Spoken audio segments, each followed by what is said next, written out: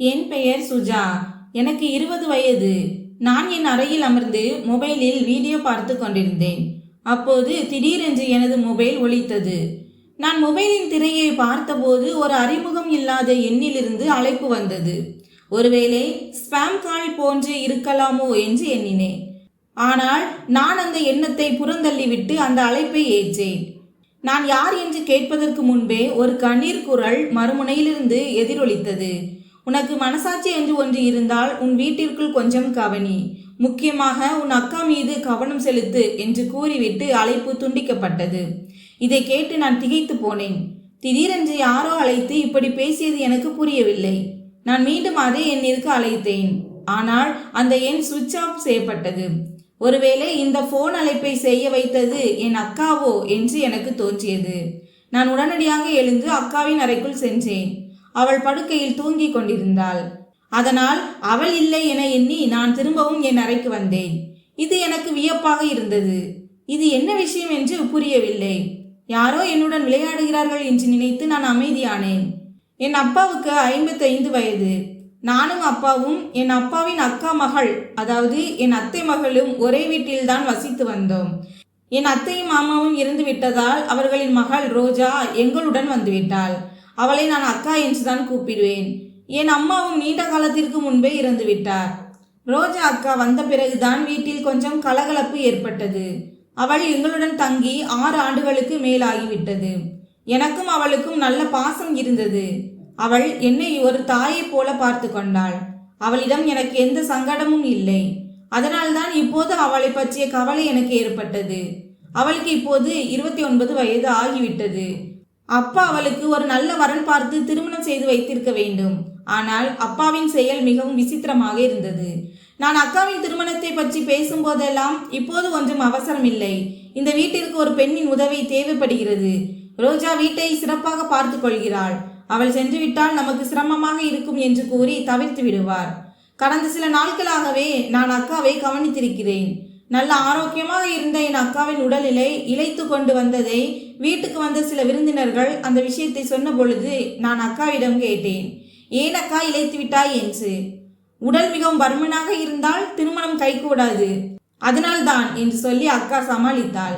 ஆனால் அவ்வளவு பருமனாக அவள் இல்லை. இருந்தாலும் ஏதோ டயட்டில் இருக்கிறாள் என்று எண்ணிக்கொண்டேன். ஆனால் இன்று வந்த போன் கால், அவளுடைய உடல் இளைப்பு, சில சமயம் இரவில் அவள் அறைக்குள் கேட்கும் சத்தங்கள் என அனைத்தையும் முடிச்சு போட வைத்தது. அன்று ஒரு நாள் அப்பா அக்காவின் திருமணத்திற்கான பேச்சை புறக்கணித்த பொழுது நான் கோபமடைந்து அப்பாவை நோக்கி சத்தமிட்டேன். இது என்ன பேச்சு? நம் சுயநலத்திற்காக ஒருவரின் வாழ்க்கையை ஏன் கெடுக்க வேண்டும்? அக்காவுக்கு வரன் பாருங்கள், அவளுக்கு திருமணம் செய்து வைப்போம், அவளும் ஒரு குடும்பத்தை உருவாக்கட்டும் என்றேன். என் பேச்சை கேட்டு அப்பா சிறிது நேரம் அமைதியாக இருந்துவிட்டு மெதுவான குரலில் கூறினார், என் கண்ணே, திருமணம் செய்வது அவ்வளவு எளிதல்ல. நாம் வரன் தேடினால் அவர்கள் அடுத்த மாதமே திருமணம் செய்ய துடிப்பார்கள். இப்போது என்னுடைய பிசினஸ் நிலை சரியில்லை. வெளியே எல்லாம் நல்லா இருக்கிற மாதிரி தெரியும். ஆனால் லாபம் வருவது ரொம்ப கடினமாக உள்ளது. சொத்துக்கள் எல்லாம் பேப்பர்ல தான் இருக்கு. லோன், டாக்ஸ், கமிட்மெண்ட் எல்லாம் அதிகமாக இருக்கிறது. இந்த நேரத்தில் ஒரு கல்யாணம் நடக்கிறது சாதாரண விஷயம் கிடையாது. அதனால் இப்போது ரோஜா திருமணத்தை பற்றி பேசாதே, நேரம் வரும்போது நானே பார்த்துக்கிறேன் என்றார். எனக்கு ஆச்சரியமாக இருந்தது. அப்பா என் படிப்பிற்கு ஒன்றும் அவ்வளவு பெரிய தொகை செலவு செய்யவில்லை. மேலும் வீட்டில் எல்லா வசதிகளும் இருந்தன. பிறகு ஏன் இப்படி பேசுகிறார் என்று எனக்கு புரியவில்லை. தற்போதைக்கு அமைதியாக இருப்பதே நல்லது என்று நினைத்தேன். ஏனென்றால் என்னால் அப்பாவை எதிர்த்து பேச முடியாது. ஆனால் திடீரென வந்த அந்த போன் அழைப்பு என்னை மீண்டும் எச்சரித்தது. நேரம் மெதுவாக கடந்தது. சுமார் 3 மணி நேரம் கழித்து அக்கா விழித்தாள். என்னை பார்த்து, சுஜா, சாப்பிடுகிறாயா? நான் உனக்கு சாப்பாடு தரட்டுமா என்று கேட்டாள். அவள் அவ்வளவு பாசத்துடன் பேசியது எனக்கு ஒரு விதமான தவிப்பை ஏற்படுத்தியது. அக்காவின் உடல் இழைப்பதை பற்றி யோசித்து அவளுக்கு ஏதேனும் ஒரு வியாதியாக இருக்குமோ என்று நான் எண்ணினேன். ஆனால் அந்த போன் அழைப்பு என்னை வேறு விதமாக சிந்திக்க வைத்தது. நீங்கள் நன்றாக இருக்கிறீர்களா? இந்த வீட்டில் நீங்கள் மகிழ்ச்சியாக இருக்கிறீர்களா அக்கா என்று கேட்க தோன்றியது. ஆனால் நான் அமைதியாக இருந்துவிட்டு வேண்டாம் என தலையசைத்தேன். அவள் அமைதியாக சமையலறைக்கு சென்று இரவு உணவை தயார் செய்ய தொடங்கினாள். நேரம் செல்ல செல்ல அவள் 2-3 முறை என்னுடன் அமர்ந்து பேசினாள். ஆனால் என் மனம் அவளிடம் சற்று ஒதுங்கியே இருந்தது. ஏதோ தவறு நடப்பதாகவும் அந்த தவறு அக்காவின் பக்கத்திலிருந்து தான் நடப்பதாகவும் எனக்கு தோன்றியது. இரவு 11 மணி அளவில் அப்பா வீடு திரும்பினார். அவர் காலை 10 மணிக்கு செல்வார். இரவு 11 மணிக்குத்தான் வீடு திரும்புவார். நான் உடனே எழுந்து அப்பாவை பிடித்து கொண்டேன். அவர் என்னை பார்த்தபடி சோஃபாவில் அமர்ந்தார். தனது பையை வைத்துவிட்டு ரோஜாவிடம் எனக்கு தண்ணீர் கொண்டு வா என்று குரல் கொடுத்தார். நான் தண்ணீர் எடுக்க சென்றபோது அவர் என் கையை பிடித்து அமர வைத்துவிட்டு, தேவையில்லை என் சுஜாதங்கம், நீ என் பக்கத்தில் உட்காரு. ரோஜா, நீ போய் தண்ணீர் கொண்டு வா என்றார். இன்று நாள் முழுவதும் என்ன செய்தாய்? கல்லூரிக்கு சென்றாயா என்று அன்றாட கதைகளை கேட்க தொடங்கினார். இது வழக்கம்தான். ஆனால் இன்று எனக்கு ஒரு விதமான அமைதியின்மை ஏற்பட்டது. வீட்டிற்குள் ஏதோ மிக மோசமான ஒன்று நடப்பது போல தோன்றியது. பிறகு நான் என் அறைக்கு சென்று படுத்துக்கொண்டேன். அடுத்த நாள் காலையில் நானும் அப்பாவும் சோஃபாவில் அமர்ந்திருந்தோம். நான் அக்காவையும் அப்பாவையும் மிகவும் கூர்ந்து கவனித்துக் கொண்டிருந்தேன். சிறிது நேரம் கழித்து அக்கா வெளியே வந்தாள். அப்பாவிடம் சூடான தேநீரை கொடுத்துவிட்டு பயந்த குரலில், எனக்கு உங்களிடம் ஒரு அனுமதி வேண்டும் என்றாள். அப்பா தலையை அசைத்து பார்த்தார். அக்கா கூறினாள், நாளை என் தோழியின் திருமணம், நான் அங்கு செல்ல விரும்புகிறேன், நான் போகலாமா என்றாள். அவள் மேற்கொண்டு பேசுவதற்குள், அப்பா, வீணான வேலைகளை செய்வதை தவிர்க்க வேண்டும். வீட்டை பராமரிப்பதுதான் உன் வேலை. யாருடைய திருமணத்திற்கும் நீ செல்ல தேவையில்லை என்று கூறிவிட்டு எழுந்தார். நான் உடனே குறுக்கிட்டு, ஏனப்பா இப்படி சொல்கிறீர்கள்? அக்காவை செல்ல விடுங்கள். அது அவளுடைய தோழி. அவள் பல நாட்களாக வீட்டிற்கு வந்து அழைத்திருக்கிறாள். அக்கா செல்லவில்லை என்றால் நன்றாக இருக்காது. நீங்கள் சொன்னால் நானும் கூட செல்கிறேன் என்றேன். அப்பா உடனே, இல்லை, தேவையில்லை, நீ உன் படிப்பில் கவனம் செலுத்து. ஏன் நீ இன்னும் கல்லூரிக்கு போகாமல் இருக்கிறாய்? நேரமாகிவிட்டது, கிளம்பு என்றார். நான் சரி என்று சொல்லிவிட்டு கல்லூரிக்கு தயாரானேன். நீ உன் அறைக்கு செல் என்று அக்காவிடம் சொன்னார். இதை கேட்டதும் அக்காவின் முகம் வெளுத்து போனது. அப்பாவின் முகத்தையே பார்த்து கொண்டிருந்தாள். அப்பா அந்த இடத்தை விட்டு சென்றதும் நான் அவளது கையை பிடித்து, என்ன ஆச்சு அக்கா, நீங்கள் நலமா என்று கேட்டேன். அவள் உடனே சுய நினைவுக்கு வந்து ஆம் என்று தலையசைத்துவிட்டு அறைக்கு சென்றாள். நான் கல்லூரிக்கு செல்கிறேன் என்று சொல்லிவிட்டு வீட்டை விட்டு கிளம்பினேன். பாதி வழியில் எனக்கு ஏனோ மனம் கேட்கவில்லை. எனவே திரும்பவும் நான் வீட்டிற்கு வந்தேன். கதவு உட்புறத்திலிருந்து பூட்டு போடப்பட்டிருந்தது. நான் வீட்டிற்கு வெளியே ஜன்னல் அருகில் வந்து நின்றபோது அக்காவுடைய அலறல் சத்தம் கேட்டது. எனக்கு நடுக்கம் ஏற்பட்டது. நான் பதறி போய் கதவை தட்டினேன். சிறிது நேரம் கழித்து அப்பா கதவை திறந்தார். ஏன் கல்லூரிக்கு போகவில்லையா என்றார். இல்லை, எனக்கு தலைவலி, அதான் மதியம் வரை விடுப்பு எடுத்துவிட்டு வந்தேன் என்றேன். சரி, போய் ரெஸ்ட் எடு என்று சொல்லிவிட்டு அப்பா டிவியை போட்டார். நான் அறைக்குள் ஓடினேன். அங்கே அக்கா ஒரு மாதிரி விசித்திரமாக நடந்து கொண்டாள். நான் அவள் அருகில் அமர்ந்து என்ன ஆனது என்று கேட்டு அவள் கையை பிடித்தேன். அக்கா என்னை ஒரு புதிராக பார்த்தபடி ஒன்றுமில்லை என்றாள். நான் திகைத்து போய் தரையிலேயே அமர்ந்திருந்தேன். அப்பா அக்காவை அடிக்கிறாரா அல்லது வேறு ஏதேனும் விஷயமா? எனக்கு எதுவும் புரியவில்லை. சிறிது நேரம் கழித்து அக்கா அறையிலிருந்து வெளியே வந்தபோது அவள் கையில் கட்டு போடப்பட்டிருந்தது. அவள் தலை குனிந்தபடி மேசையில் உணவு பரிமாறினாள். அப்பாவும் வந்து அமர்ந்தார். அவரது முகம் பாறையைப் போல கடுமையாக இருந்தது. நான் ஏதேனும் கேட்டால் அவர் பதில் சொல்லவில்லை. நீங்கள் அக்காவை அடித்தீர்களா, அவளுக்கு என்ன ஆச்சு என்று கேட்க நினைத்தேன். ஆனால் எதுவும் கேட்காமல் அமைதியாக இருந்தேன். அக்கா அப்பாவுக்கு பரிமாறும் போது அவள் கைகள் நடுங்குவதை நான் கவனித்தேன். அந்த போன் அழைப்பினால் நான் இவை அனைத்தையும் சந்தேக கண்ணோட்டத்துடன் பார்க்க தொடங்கினேன். சாப்பிட்ட பிறகு அக்கா பாத்திரங்களை எடுத்துக்கொண்டு சமையலறைக்கு சென்றாள். அப்பா அறைக்கு செல்லும் போது நான் அவரை அழைத்தேன். அப்பா, உங்களிடம் ஒரு முக்கியமான விஷயம் பேச வேண்டும் என்றேன். அவர் என்னை பக்கத்தில் அழைத்தார். நான் அவரிடம், அக்காவுக்கு 29 வயது ஆகிவிட்டது. சரியான நேரத்தில் அவருக்கு திருமணம் செய்யவில்லை என்றால் அது தப்பாகிவிடும். இது ஒரு பெண்ணின் வாழ்க்கை. ஒரு பெண்ணிடம் இப்படி பாகுபாடு காட்டினால் கடவுள் நம்மளை மன்னிக்க மாட்டார். அத்தை மாமா இருந்தால் என்ன நினைத்திருப்பார்கள்? வீட்டை பார்த்து கொள்ள வேண்டும் என்பதற்காகவே அவரை திருமணம் செய்யாமல் வைத்திருப்பது தவறு என்றேன். நான் மேலும் பேசுவதற்குள் அப்பா இடைமறித்து, மகளே, அவள் உன்னிடம் சொல்லி திருமண ஏற்பாடு செய்ய சொன்னாலோ? ஆனால் பெரியவர்களின் முடிவில் நீ தலையிடுவதை நான் அனுமதிக்க மாட்டேன். எனக்கு எப்போது சரி என்று தோன்றுகிறதோ அப்போது திருமணம் செய்து வைப்பேன். இப்போது என்னிடம் பணமும் இல்லை, நல்ல வரனும் இல்லை. அதனால் அமைதியாக இரு என்று கராராக சொல்லிவிட்டார். நான் அமைதியாக என் அறைக்கு வந்தேன். அக்கா புத்தகம் படித்துக் கொண்டிருந்தாள். நான் அவள் கையை பிடித்து, அக்கா, ஏன் நீங்கள் திருமணம் செய்து கொள்ளக்கூடாது? அப்பாவிடம் பணம் இல்லை என்று சொல்கிறார். ஆனால் உங்களுக்கு யாரையாவது பிடித்திருந்தால் சொல்லுங்கள், நாம் பேசலாம் என்றேன். அவள் உடனே கையை உதறிவிட்டு, அதை பற்றி இப்போது பேச வேண்டாம், எனக்கு களைப்பாக இருக்கிறது என்று கூறி படுத்து கொண்டாள். சில மணி நேரம் கழித்து நான் மதிய உணவை சாப்பிட்டு விட்டு கல்லூரிக்கு சென்றேன். அதை பற்றி யோசித்தாலே தலைவலி வருகிறது என்று எண்ணி அன்று இரவு எதையும் நினைக்காமல் தூங்கிவிட்டேன். அடுத்த நாள் அதிகாலையில் விழித்தபோது அக்கா ஆழ்ந்த உறக்கத்தில் இருந்தாள். நான் கல்லூரிக்கு தயாரானேன். இன்று முக்கியமான பரீட்சை இருந்தது. வழக்கம் போல என் தோழியுடன் பேருந்து நிறுத்தத்திற்கு சென்றேன். அப்போது திடீரென யாரோ என் பெயரை சொல்லி அழைப்பது கேட்டது. திரும்பி பார்த்தபோது பேருந்து வந்துவிட்டது. ஆனால் அங்கே மாஸ்க் அணிந்த ஒரு மனிதன் என்னையே பார்த்து கொண்டிருந்தான். என் தோழி பேருந்தில் ஏறிவிட்டதால் என்னால் நிற்க முடியவில்லை. அந்த அறிமுகமில்லாத நபர் என்னை எப்படி பெயர் சொல்லி அழைக்கிறார் என்று எனக்கு ஆச்சரியமாக இருந்தது. கல்லூரிக்கு சென்றதும் என் மனம் அந்த மனிதரை பற்றி நினைத்து கொண்டிருந்தது. என் தோழி கேட்டபோதும் என்னால் பதில் சொல்ல முடியவில்லை. கல்லூரி முடிந்து வெளியே வந்தபோது காலையில் பார்த்த அதே நபர் அங்கே நின்றிருந்தார். அவர் எனக்காகத்தான் காத்திருந்தார் என்று தோன்றியது. ஆனால் என் தோழி உடன் இருந்ததால் நான் அவரிடம் பேசவில்லை. அவர் எங்கள் பின்னாலேயே வந்தார். நான் பயத்தில் தோழியின் கையை இறுக பற்றி கொண்டு பேருந்தில் ஏறினேன். அவர் பேருந்து வரை வந்தார். ஆனால் உள்ளே ஏறவில்லை. வீட்டிற்கு வந்தபோது நான் மிகவும் பயந்திருந்தேன். அந்த ஃபோன் கால், அக்கா அலறல் சத்தம், பிறகு அந்த முகமுடி மனிதன், இவை அனைத்தும் என்னை அச்சுறுத்தின. நான் வீட்டிற்குள் நுழைந்ததும் அக்கா சொன்னாள், சுஜா, சீக்கிரம் கிளம்பு, உன் அப்பா உன்னை ஒரு பார்ட்டிக்கு அழைத்து செல்வதாக சொன்னார் என்றாள். அப்பா ஒரு தொழிலதிபர் என்பதால் அடிக்கடி பார்ட்டிகளுக்கு செல்வது வழக்கம்.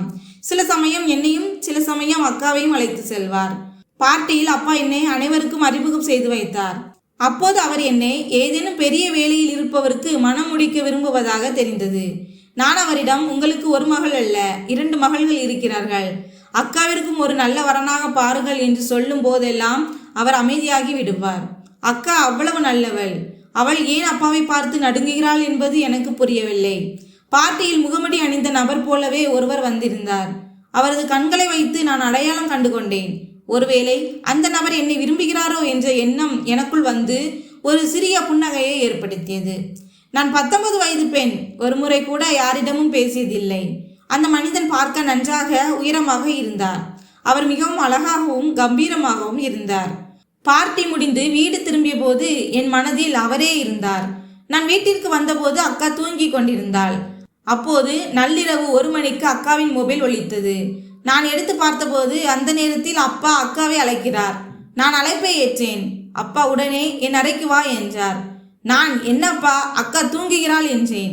என் குரலை கேட்டதும் அவருக்கு பேச்சு வரவில்லை. எல்லாம் சரிதானா அப்பா, வேண்டுமானால் நான் வரட்டுமா என்றேன். அவர், இல்லை, நீ தூங்கு, அக்காவிடம் வேலை இருந்தது, காலையில் பேசலாம் என்று போனை வைத்தார். அப்பாவின் இந்த செயலால் எனக்கு சந்தேகம் அதிகரித்தது. அக்கா அடிக்கடி இரவில் தன் அறைக்குள் இருக்க மாட்டாள். இந்த நினைப்பு வந்ததும் நான் தலை குனிந்தேன். இல்லை, அப்பா அப்படி எதுவும் செய்ய மாட்டார் என்று என்னை நானே தேற்றிக் கொண்டேன். மறுநாள் காலையில் அக்கா கவலையுடன் சமையல் வேலை செய்து கொண்டிருந்தாள். நான் கல்லூரிக்கு நேரமாகிவிட்டதால் பயத்துடன் கிளம்பினேன். சிறிது நேரத்தில் அறையிலிருந்து ரோஜா அக்காவின் அலறல் சத்தம் கேட்டது போல இருந்தது. அருகில் சென்று பார்த்தபோது அங்கு அப்படி எதுவும் இல்லை. பின்பு நான் வெளியே வந்து பேருந்து நிலையத்தில் பார்த்தபோது மீண்டும் அதே நபர் இருந்தார். ஆனால் இன்று என் தோழி இல்லை. அதனால் நான் தைரியமாக அவரிடம் சென்று, ஏன் என்னை ஃபாலோ செய்கிறீர்கள் என்று கேட்டேன். அவர் சொன்னார், உன் வீட்டை கவனி, யாருக்கு தீங்கு நடக்கிறது என்று பார், அதுதான் உனக்கு நல்லது. அக்காவுக்கு உடல்நிலை சரியில்லை என்று காரணம் யாரேனும் சொன்னால் நிச்சயமாக அது போய் என்பதை நீ புரிந்து கொள்ள வேண்டும். ஏனென்றால் சமீப காலத்தில் எந்த மருத்துவமனைக்கும் அவள் போகவில்லை. மேலும் அப்படி இருந்தால் மறைக்க வேண்டிய அவசியம் என்ன என்று கூறிவிட்டு அவர் சென்றார்.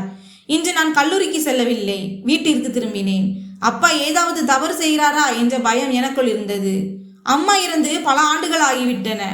அக்கா அப்பாவை பார்த்தால் நடுங்குவது, இரவு நேர அழைப்புகள், அறையில் வரும் அலறல் சத்தம் எல்லாம் ஏதோ ஒரு கொடூரமான உண்மையை மறைப்பது போல் இருந்தது. அப்போது அப்பா வண்டியை எடுத்துக்கொண்டு வெளியே சென்றார். நான் வீட்டிற்குள் நுழைந்த போது கதவு திறந்திருந்தது. அப்பாவின் அறை கதவை நான் ஓடி சென்று திறந்தேன். அப்போது அக்கா அரை மயக்கத்தில் இருந்தாள். நான் அருகில் சென்று அவள் முகத்தில் தண்ணீர் தெளித்து அவளை எழ வைக்க முயன்றேன். அவள் எழவில்லை. ஆனால் கடந்த சில வாரங்களாக ரோஜா அக்கா மிகவும் சோர்ந்து காணப்பட்டாள். அடிக்கடி மயக்கம் போடுவாள். அந்த போன் கால், அக்காவின் இந்த நிகழ்வுகள் என்னை குழப்பி கொண்டிருந்தன. அப்போது அப்பா வெளியே இருந்து வந்தார். நான் சோஃபாவில் உட்கார்ந்திருந்தேன். அவர் என்னை பார்த்து ஆச்சரியமடைந்தார். நீ கல்லூரிக்கு போகாமல் இங்கே என்ன செய்கிறாய் என்றார். நான் விடுப்பு எடுத்து விட்டேன். அதை விடுங்க, அது தேவையில்லாத ஒன்று என்று சொல்லிவிட்டு அப்பாவிடம் கொஞ்சம் கோபமாக கேட்டேன், இங்கே என்ன நடக்கிறது என்றேன். அவர் புரியாத ஒரு பார்வை பார்த்து அந்த பஸ் ஸ்டாண்டில் இருந்த மனிதர் சொன்னபடியே ஒரு பொய்யான காரணம் சொன்னார். அவளுக்கு தீராத நோயான கேன்சர் இருப்பதாக கூறினார். அப்பாவின் போக்கு சமீப காலமாக விசித்திரமாக இருந்தது. அவர் இதுவரை எந்த மருத்துவமனைக்கும் அக்காவை கூட்டி செல்லவில்லை. ஆனால் அவளுக்கு சில நாட்களாக மயக்கம் வருகிறது. உடல் இளைத்தது தெரிகிறது. அக்கா உண்மையில் உடல்நிலை சரியில்லாமல் இருந்தால் என்னிடம் ஏன் அதை மறைக்க வேண்டும்? நான் ரோஜாவுக்கு ஒரு வரன் பார்த்து திருமணம் செய்து வைக்கலாம் என்று சொல்லும் போதெல்லாம் அப்பா எரிச்சல் அடைவார். இப்பொழுது அவளுக்கு என்ன அவசரம்? இந்த வீட்டை பார்த்து கொள்ள ஒரு பெண் தேவை. அவள் உடல்நிலை வேற சரியில்லை. இந்த நிலையில் அவளை கட்டி கொடுத்து ஒருவன் வீட்டில் கஷ்டப்பட வைக்க வேண்டுமா என்று கூறி தவிர்த்து விடுவார்.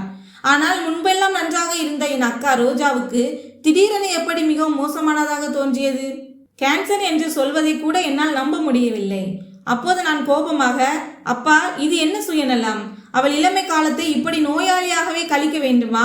ஒரு நல்ல மருத்துவரிடம் காட்டி அவளை குணப்படுத்தி திருமணம் செய்து வைப்போம் என்று கத்தினேன். அப்பா மெதுவான குரலில், சுஜா, உனக்கு விவரம் தெரியாது. அவளுக்கு இருப்பது குணப்படுத்த முடியாத ஒரு இரத்த நோய். இதற்கு பல லட்சங்கள் செலவாகும். நம்மிடம் அவ்வளவு பணம் இல்லை. அவளை எப்படியாவது காப்பாற்ற நான் போராடி கொண்டிருக்கிறேன் என்றார். எனக்கு ஆச்சரியமாக இருந்தது. எங்களிடம் சொத்து சுகங்களுக்கு குறைவில்லை. பிறகு ஏன் அப்பா இப்படி பேசுகிறார் என்று புரியவில்லை. இதை பற்றி நீ இனிமேல் பேசக்கூடாது என்று சொல்லிவிட்டு அவர் வெளியே கிளம்பினார். நான் வெளியே எட்டி பார்த்தேன். அவர் தனது வண்டியில் உட்கார்ந்து புகைப்பிடித்துக் கொண்டிருந்தார். என் அப்பா புகைப்பிடிப்பாரா? அதுவும் எனக்கு புதிதாக இருந்தது. நேரம் கடந்தது. ரோஜா அக்கா விழித்தாள். அவளது கண்கள் குழி விழுந்து முகம் வெளுத்து போயிருந்தது. சுஜா, சாப்பிடுகிறாயா? நான் உனக்கு சாப்பாடு தரட்டுமா என்று தட்டு தடுமாறி எழுந்து வந்தாள். அந்த நிலையிலும் அவள் காட்டிய பாசம் என் நெஞ்சை அழைத்தது. அக்கா, உங்களுக்கு என்ன ஆனது? ஏதோ உடல்நிலை சரியில்லை என்று அப்பா சொல்கிறார். என்னதான் நடக்கிறது இந்த வீட்டில் என்று கேட்டேன். அதெல்லாம் ஒன்றுமில்லை என்று சொல்லி முகத்தை திருப்பியவாறு வெளியே சென்றாள். நான் எவ்வளவோ கேட்டேன். ஆனால் அவள் வாயை திறக்கவில்லை. இரவு 11 மணி அளவில் அப்பா வீட்டிற்கு வந்தார். அவர் வந்ததும் நான் ஓடி சென்று அப்பாவை பிடித்து கொண்டேன். ஆனால் அவர் ரோஜாவை ஏறிட்டு பார்க்கவில்லை. ரோஜா, உனக்கு மருந்து கொடுக்க வேண்டிய நேரம் வந்துவிட்டது. என் அறைக்கு வா என்று அப்பா அதிகாரமாக கூப்பிட்டார். ரோஜா ஒரு விதமான நடுக்கத்துடன் அவர் பின்னால் சென்றார். அன்று இரவு எனக்கு தூக்கம் வரவில்லை. அந்த மர்மமான போன் அழைப்பு என் காதுக்குள் ஒலித்து கொண்டே இருந்தது. திடீரென அப்பாவின் அறையிலிருந்து ரோஜாவின் மெல்லிய முனங்கல் சத்தம் கேட்டது. நான் பதறி போய் ஓடினேன். கதவு லேசாக திறந்திருந்தது. அறைக்குள் ஒரு விசித்திரமான மருந்து நாற்றம். மேசை டிராயர் ஓரளவு திறந்திருந்தது. உள்ளே ஊசிகள் மற்றும் பல சிறிய மருந்துகள் இருந்தன. ரோஜா கட்டிலில் அரை மயக்கத்தில் புரண்டு கொண்டிருந்தாள். அவள் கைகள் மெத்தையை பிடித்து கிழித்து கொண்டிருந்தன. அப்பா கையில் ஊசியை வைத்துக்கொண்டு அக்காவின் கை நரம்பில் மெதுவாக ஊசியை செலுத்தினார். அவள் கையில் ஏற்கனவே பல ஊசி தழும்புகள் இருந்தன. என் அப்பா ஒன்றும் மருத்துவர் இல்லை. அவருக்கு ஊசி போட தெரியும் என்பதே எனக்கு தெரியாது. பிறகு என்ன செய்கிறார்? அப்பா வெளியே வந்தபோது நான் கேட்டேன், அப்பா, ஏன் அக்கா தினமும் இப்படி அலறுகிறாள்? அவளுக்கு என்ன ஊசி போடுகிறீர்கள் என்றேன். அப்பா என்னை கடுமையாக பார்த்து, பெரியவர்கள் விஷயத்தில் தலையிடாதே. இது அவளுக்கான உயிர் காக்கும் மருந்து. நீ உன் அறைக்கு செல் என்றார். ரோஜாவின் கண்கள் ஏதோ சொல்ல துடித்தன. ஆனால் அவளால் பேச முடியவில்லை. மறுநாள் காலை நான் கல்லூரிக்கு கிளம்பினேன். பேருந்து நிறுத்தத்தில் அந்த முகமுடி அணிந்த நபர் என்னை வழிமறித்தார். நான் பயந்து பின்வாங்கினேன். அவர் என் பெயரை சொல்லி அழைத்தார். சுஜா, உன் அக்கா ரோஜாவை காப்பாற்று. உன் அப்பா அவளுக்கு மருந்து கொடுக்கவில்லை, விஷம் கொடுக்கிறார் என்று கூறிவிட்டு அந்த நபர் கூட்டத்தில் மறைந்தார். இதை கேட்டு என் உலகம் சுழன்றது. அன்று முழுவதும் என்னால் படிப்பில் கவனம் செலுத்த முடியவில்லை. மாலை வீட்டிற்கு வந்தபோது நானும் அக்காவும் மட்டும் வீட்டில் இருந்தோம். அக்கா தனது அறைக்கு சென்று தூங்கிவிட்டாள். நள்ளிரவு 1 மணிக்கு அப்பாவின் அறைக்குள் சென்றேன். அங்கு இருக்கும் அனைத்து மருந்துகளையும் மொபைலில் புகைப்படமாக எடுத்தேன். அனைத்து மருந்துகளின் பலன்களை நான் மொபைலில் தேடிய பொழுது அது ஸ்லோ பாய்சன் சம்பந்தமாக இருந்தது. அப்படி என்றால் அவர் அக்காவுக்கு விஷம் கொடுக்கிறார். ஆனால் அப்பா எதற்காக அப்படி செய்ய வேண்டும்? எதற்காக இரத்த சம்பந்தமான வியாதி என்று அக்காவை நம்ப வைக்க வேண்டும்? அதை கேட்டு அக்காவும் ஏன் அமைதியாக இருக்க வேண்டும்? நடுவில் வந்த அந்த மனிதர் யார்? இப்படி பல கேள்விகள் என் மனதில் வந்தன. அக்காவிடம் சென்று, அப்பா உங்களுக்கு கொடுக்கும் அந்த ஊசி ஒரு ஸ்லோ பாய்சன் போல தெரிகிறது. என்னதான் இங்கு நடக்கிறது? தயவு செய்து சொல்லுங்கள். நான் அப்பாவிடம் எதுவும் சொல்ல மாட்டேன் என்று காலில் விழுந்து கெஞ்சினேன். அப்போது அவள் சொன்ன விஷயங்கள் என்னை மேலும் அதிர்ச்சியில் ஆழ்த்தியது. இந்த ஊசி போடும் விஷயங்கள் கடந்த ஓரிரு வாரங்கள் மட்டுமே நடக்கின்றன. அதற்கு முன்பு அப்பா எனக்கு எந்த மருந்தும் கொடுக்கவில்லை. ஆனால் எனக்கு உடல் இளைத்து ஒரு அசாதாரணமான நிலைக்கு அடிக்கடி நான் சென்று விடுவேன். அப்படியென்றால் அப்பா எனக்கு தீங்கு செய்கிறார் என்று சொல்ல முடியாது. அவரது மருத்துவம் பற்றி யாரிடமும் எதுவும் சொல்ல வேண்டாம் என்றும் நான் குணப்படுத்தி விடுவேன் என்றும் உறுதியாக சொன்னார். மேலும் எனக்கு நோய் என்று யாரிடமாவது சொன்னால் நானே உன்னை கொலை செய்து விடுவேன் என்று எச்சரித்திருக்கிறார். முக்கியமாக உன்னிடம் சொல்லக்கூடாது என்று சொல்லியிருக்கிறார். எனக்கு நோய் இருப்பது உண்மைதான். ஆனால் நான் உன்னிடம் எதுவும் சொன்னதாக நீ காட்டிக்கொள்ள வேண்டாம். கடவுள் விட்ட வழியில் எல்லாம் நடக்கட்டும் என்று மனம் நொந்து பேசினாள்.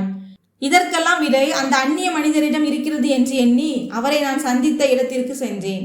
அப்போது அவர் வரவில்லை. மீண்டும் சில மணி நேரம் கழித்து அதே இடத்திற்கு சென்றேன். என்னுடைய நல்ல நேரம் அவரை கண்டுபிடித்தேன். நீங்கள் எதற்காக அவ்வாறு சொன்னீர்கள்? என் அக்காவுக்கு என்ன நடந்து கொண்டிருக்கிறது என்று கேட்டேன். என்ன நடக்கிறது என்றெல்லாம் எனக்கு தெரியாது. ஆனால் தவறு நடக்கிறது. ஒரு தவறான மருத்துவர் மருத்துவத்துறையிலிருந்து நீக்கம் செய்யப்பட்ட ஒருவருடன் உன் அப்பா பேசுகிறார் என்றார். அப்போது நீங்கள் என்ன மருத்துவரா என்றேன். நான் ஒரு டாக்டர் இல்லை. ஆனால் ஒரு காலத்தில் ஒரு தவறான டாக்டருக்கு கம்பவுண்டராக வேலை பார்த்தவன். அவர் ஸ்லோ பாய்சன் போலி மருந்துகள் எல்லாம் பயன்படுத்தி நோயாளிகளை சிதைத்ததுக்காக மெடிக்கல் கவுன்சிலில் இருந்து வெளியே தள்ளப்பட்டான். உன் அப்பா சமீப காலமாக அவனோடு தான் தொடர்புல இருக்கிறார். உன்னுடைய அப்பா அடிக்கடி அவன்கிட்ட இருந்து மருந்துகள் வாங்கி போறதை நானே கண்ணால பார்த்திருக்கிறேன். உன் அக்கா இழிச்சி போனதை பார்த்ததும் எனக்கு சந்தேகம் ஆரம்பிச்சது என்றார். நீங்கள் எதற்காக இந்த விஷயத்தில் தலையிடுகிறீர்கள்? அதன் அவசியம் என்ன என்று நான் கேட்ட பொழுது, காரணம் உன் அக்காவை நான் விரும்புகிறேன். உன் தந்தையிடம் பேச எண்ணி அவரை பின்தொடர்ந்த பொழுதுதான் இவை அனைத்தும் என்னால் கண்காணிக்க முடிந்தது என்றார். ஆனால் என் அக்கா சொல்கிறாள், அவள் உடலில் பல மாற்றங்கள் வந்த பின்புதான் அவர் ஊசியை போட ஆரம்பித்தார் என்று. அப்புறம் எப்படி என் அப்பா செலுத்திய ஊசியால் விளைவு என்று சொல்ல முடியும் என்று நானே என் தந்தைக்கு சாதகமாக பேசினேன். அவர்களுடைய தந்திரத்தில் இது ஒன்றாக இருக்கலாம். முன்பு வேறு ஏதாவது உணவு ஆகாரம், அதாவது பால், ஜூஸ் அந்த மாதிரி கலந்து கூட கொடுத்திருக்கலாம். இப்போது இறுதி கட்டமாக இந்த ஊசி. அந்த விஷம் உடம்புக்குள்ள வேகமாக வேலை செய்ய வைக்கிற இன்னொரு வழி மாதிரி இருக்கலாம்.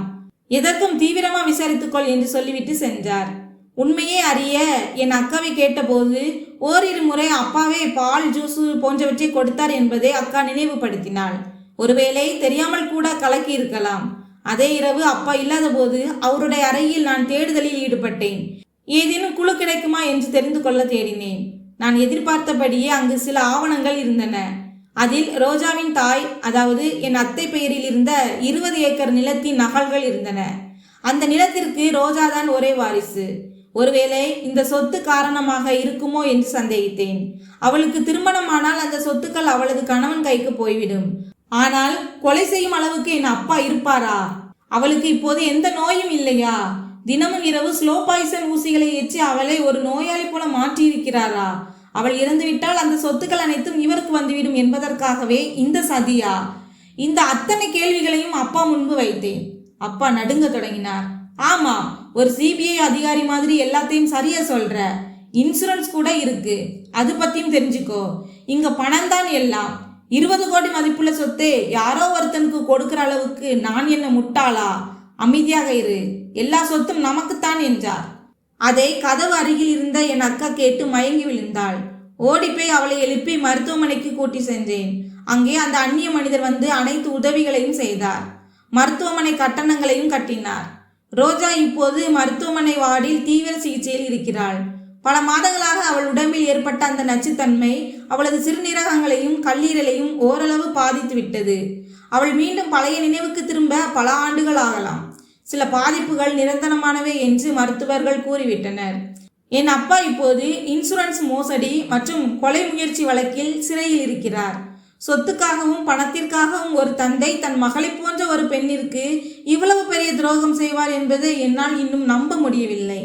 அந்த நபர் மட்டும் சரியான நேரத்தில் எச்சரிக்கவில்லை என்றால் இன்று ரோஜா அக்கா உயிரோடு இருந்திருக்க மாட்டாள். நண்பர்களே, இன்றைய காலகட்டத்தில் பண ஆசை மனிதர்களை மிருகங்களாக மாற்றுகிறது.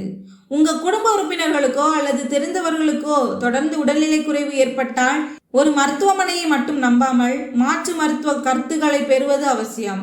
மருந்துகள் என்ற பெயரில் தவறான ஊசிகள் அல்லது மருந்துகள் வழங்கப்படுகிறதா என்பதை விழிப்புடன் கவனிக்க வேண்டும்.